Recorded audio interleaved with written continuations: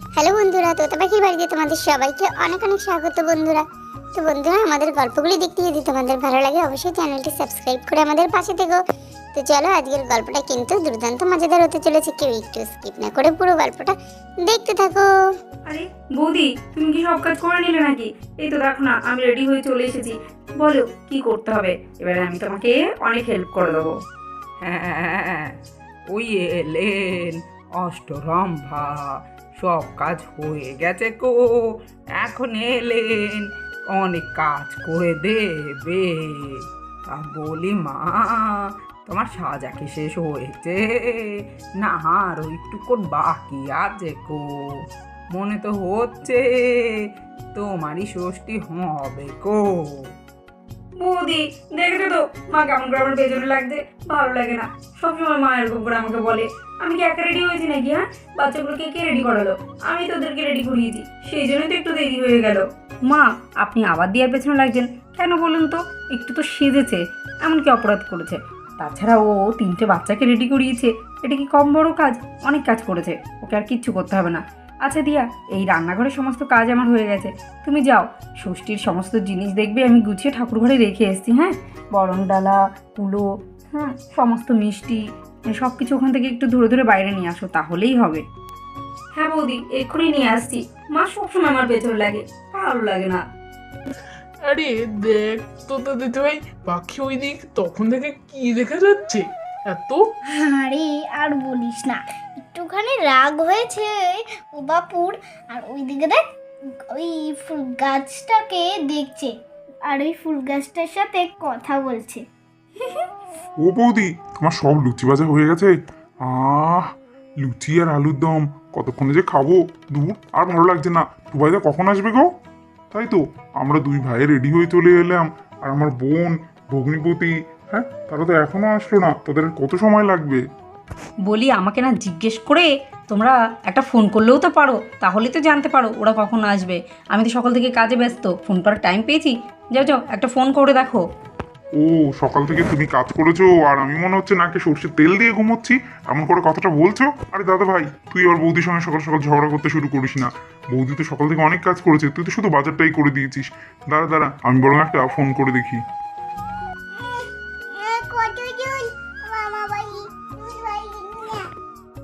আরে এরকম করছিস কেন টুবলু? এই তো চলেই এসেছি, তোর জন্যই তো লেট হলো। তোকে সাজাতে গিয়েই তো আমার কতটা সময় চলে গেল। সকাল থেকে নিজেই সেজে কুল পাচ্ছে না, ও কিনা আবার আমার ছেলেকে সাজিয়েছে। পাঞ্জাবিটা তো আমি পরিয়ে দিলাম, ও আবার কোথায় সাজালো? একটু চুল আঁচড়ে দিয়ে ও নাকি ছেলেকে সাজিয়েছে। বললে তো এক্ষুনি ঝগড়া শুরু করে দেবে, কিছু বলাও যাবে না। সে ভোর থেকে স্নান করে সাজতে বসেছে, এখন বেলা 11টা বাজে। হ্যাঁ, 4-5 ঘন্টা লাগলো রেডি হতে, তা চুলই বাঁধা হচ্ছে না। 2-3টে শাড়ি চেঞ্জ করার পর এটা পরলো, এটা পরে বলছে গরম, আর একটা পরে বলছে না বেশি হালকা হয়ে যাচ্ছে, আর একটা পরে বলছে ইস, আমাকে ভালো লাগছে না। একটার পর একটা ঢং করে এত বেলা হলো। এই তো মনে হচ্ছে বৌদির লুচি ভাজা হয়ে গেছে, কি সুন্দর গন্ধ আসছে। কি ব্যাপার গো তোমার? বিড়বিড় করে কি বলছো তখন থেকে? নিশ্চয়ই আমাকে গালমন্দ করছো, তাই না? আরে না না গিন্নি, আমার ঘাড়ে কটা মাথা আছে যে তোমার নামে গালবন্ধ করব? এত দুঃসাহস কি আমার আছে? না না, চলো তাড়াতাড়ি পা চালাও, আমাদের তো অনেকটা লেট হয়ে গেল। সকাল থেকে কতবার বড় বৌদি ফোন করেছে। চলো চলো। আরে সাহেব, আর ফোন করতে হবে না, ওইদিকে তাকিয়ে দেখ, ওই প্রিয়া, টুবাই, টুবলু সবাই চলে এসেছে। আরে আরে, এসো এসো। বাবা জীবন, এত লেট করলে কি হয় বলো? হ্যাঁ মা, দেখো না, তোমার জামাইয়ের রেডি হতে এত সময় লাগে যে কি বলবো আর। ওর জন্যই তো লেট হয়ে গেল। দেখেছেন তো মা, আপনার মেয়ে আবার আমার ঘাড়ে দোষটা চাপাচ্ছে। নিজের শাড়ি পরতে 4 ঘন্টা লাগালো, আবার বলছে আমার কিনা রেডি হতে লেট হয়েছে। আচ্ছা বাবা, থাক থাক, এখন আর দেবাদেবীতে ঝগড়া করতে হবে না। নাও নাও, এইদিকে চলে আসো তো দেখি। এই দেখো, আমার লুচি আলুর দম সব কিন্তু সকালের জলখাবার রেডি হয়ে গেছে, অনেক বেলাও হয়ে গেছে। চলো চলো, আগে ষষ্ঠীর অনুষ্ঠানটা করে নিই, তারপরে বাকি রান্নাগুলো করব। ড্যাডি, ভাই, পিসমণি, পিসমশাই ওটা চলে এসেছে, চল চল ভাইকে নিয়ে আসি। দিয়া, আসনটা নিয়ে এসো, টুবাইদা চলে এসেছে। এই দেখো বৌদি, এবারে জামাই ষষ্ঠীর অনুষ্ঠানের জন্য আমি এই আসনটা নিজের হাতে সেলাই করেছি। দেখো তো বৌদি কেমন হয়েছে? বাহ, খুব সুন্দর হয়েছে। আরে জিজু, এসো, এখানে এসে বসো। সত্যি দিয়া, আসনটা কিন্তু তুমি খুব সুন্দর বানিয়েছো, ডিজাইনটা বেশ হয়েছে, আর কালারটাও বেশ সুন্দর হয়েছে। এমন এমন করে প্রশংসা করছে যেন আমি কিছুই পারি না। বৌদি আর আমার বোনের তো সবই ভালো, আর আমার কিনা সবই খারাপ, ভালো লাগে না। আরে ও বৌমা, বলি বরণ ডালা পাখা সেগুলো সব নিয়ে এসো। হ্যাঁ মা, এই তো এক্ষুনি নিয়ে আসছি। এই তো মা, সব নিয়ে এসছি। এই যে আপনার বরণ ডালায় দুব্বো, পাকা কলা, প্রদীপ দিয়ে দিয়েছি, আর এই যে আপনার পাখা, আর এখানে গোটা ফল রয়েছে, এখানে মিষ্টি আছে, আলুর দম, লুচি, আর এই যে কি ফল আমি প্লেটে সাজিয়ে দিয়েছি। দেখুন তো মা, সব ঠিক আছে তো? হ্যাঁ বৌমা, সব ঠিক আছে, এবারে প্রদীপটা জেলে দাও। বাবা বৌদি, সকাল সকালে এত সব আয়োজন! আরে জিজু, এইটুকু দেখেই তুমি বলছো এত আয়োজন? এরপরে দাঁড়াও, দুপুরের খাওয়াটা দেখলে তো তোমার মাথা ঘুরে যাবে। হ্যাঁ, মাটন কষা, চিকেন বিরিয়ানি, সাদা ভাত, 5 রকমের ভাজা, মুগের ডাল, 2 রকমের মাছ, চাটনি, পাঁপড়, মিষ্টি সব আছে। তাছাড়া কোল্ড ড্রিঙ্কসও আছে। চিন্তা করো না, সব কিন্তু তোমাকে খেতে হবে। আরে বাবা, এত সব আয়োজন! এ তো এলাহি আয়োজন করেছো। এইটুকু আয়োজন তো বাড়ির জামাইয়ের জন্য করতেই হবে, তাই না? তাছাড়া কয়েক বছর তো আমি বাড়িতে ছিলাম না। হ্যাঁ, সাহেব, বাড়ির বাকিরাই সব দায়িত্ব নিয়ে করেছে। এবছর আমি আছি, একটু তো স্পেশাল হবেই, তাই না? আরে হ্যাঁ বর্দা ভাই, আমি তো ভুলেই গেছিলাম, তুমি তো এবার অনেক বছর বাদে ষষ্ঠীতে বাড়িতে আছো, ওই জন্যই বুঝি এত স্পেশাল আয়োজন। আরে কথাবার্তা পরে হবে খন, না না, আমি তাহলে এবারে যা নিয়ম কানুন আছে একটু করে নি। হ্যাঁ মা, আপনি শুরু করুন। তাছাড়া সামনে এত সুন্দর ফুলকো ফুলকো লুচি আলুর দম রয়েছে, এটা দেখেও তো খেতে ইচ্ছা করছে, খিদেটা ডবল হয়ে গেছে। তাছাড়া অনেক বেলাও হয়েছে, বাচ্চারাও না খেয়ে আছে। নিন নিন, আপনি এবারে শুরু করুন। নাও বাবা, এই ফলের ডালাটা ধরো দেখি। বাবা, এত সব ফল! এ তো অনেক ফল আছে।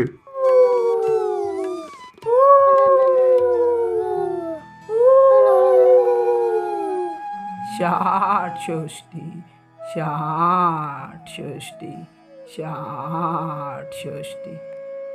মা ষষ্ঠী, আমার জামাই বাবাকে ভালো রেখো, সুখে শান্তিতে সে যেন সারা জীবন থাকে, তার যেন অনেক আয় উন্নতি হয় গো। তুমি দেখো, তাকে ভালো রেখো। খুব ভালো থেকো বাবা, খুব ভালো থেকো, শান্তিতে থেকো, খুব মঙ্গল হোক তোমার। মা, এই শাড়িটা আপনার জন্য, দেখুন তো পছন্দ হয় কিনা। আপনার মেয়ে পছন্দ করে কিনেছে। হ্যাঁ বাবা, খুব সুন্দর হয়েছে। তাছাড়া তুমি হাতে করে এনেছো আমার জন্য, পছন্দ না হয়ে যায়? সত্যি টুবাইদা, খুব সুন্দর হয়েছে। প্রিয়ার তো বরাবরই পছন্দ, খুব ভালো, খুব ভালো হয়েছে শাড়িটা। বৌমা, তুমি এবারে ওদিকে গিয়ে বসো, আমি তোমাদের সবাইকে একসঙ্গে একটু ষষ্ঠী দিয়ে দিই, ঠিক আছে? আমি, তুমি এত নিয়ম কানুন করছো কেন গো? ষষ্ঠী কি গো? দাদু ভাই, এটা হলো মা ষষ্ঠীর ব্রত। মায়েরা সন্তানের মঙ্গল কামনায় এই ব্রত করে থাকে। তবে বহুকাল ধরে একটা কথা চলে আসছে, সেখান থেকেই এই ষষ্ঠীর শুরু হয়। অনেক অনেক দিন আগে একটা মেয়ে বিয়ের পর তার শ্বশুর বাড়িতে ঠিক করে খেতে পেত না, তাই একদিন চুরি করে সে সব খাবার খেয়ে নেয়, আর বিড়ালের ঘাড়ে দোষ চাপায়। আর বিড়াল হলো মা ষষ্ঠীর বাহন, তাই মা ষষ্ঠী বড্ড রেগে যায় তার উপরে, আর তার ছোট্ট সন্তানকে কেড়ে নেয়। এখন সে খুবই কষ্টে ভোগে, আর মা ষষ্ঠীর কাছে নিজের সব দোষ স্বীকার করে নেয়। আর এই ঘটনা তার শাশুড়ি জানতে পেরে তার বাপের বাড়ি যাওয়া বন্ধ করে দেয় কো।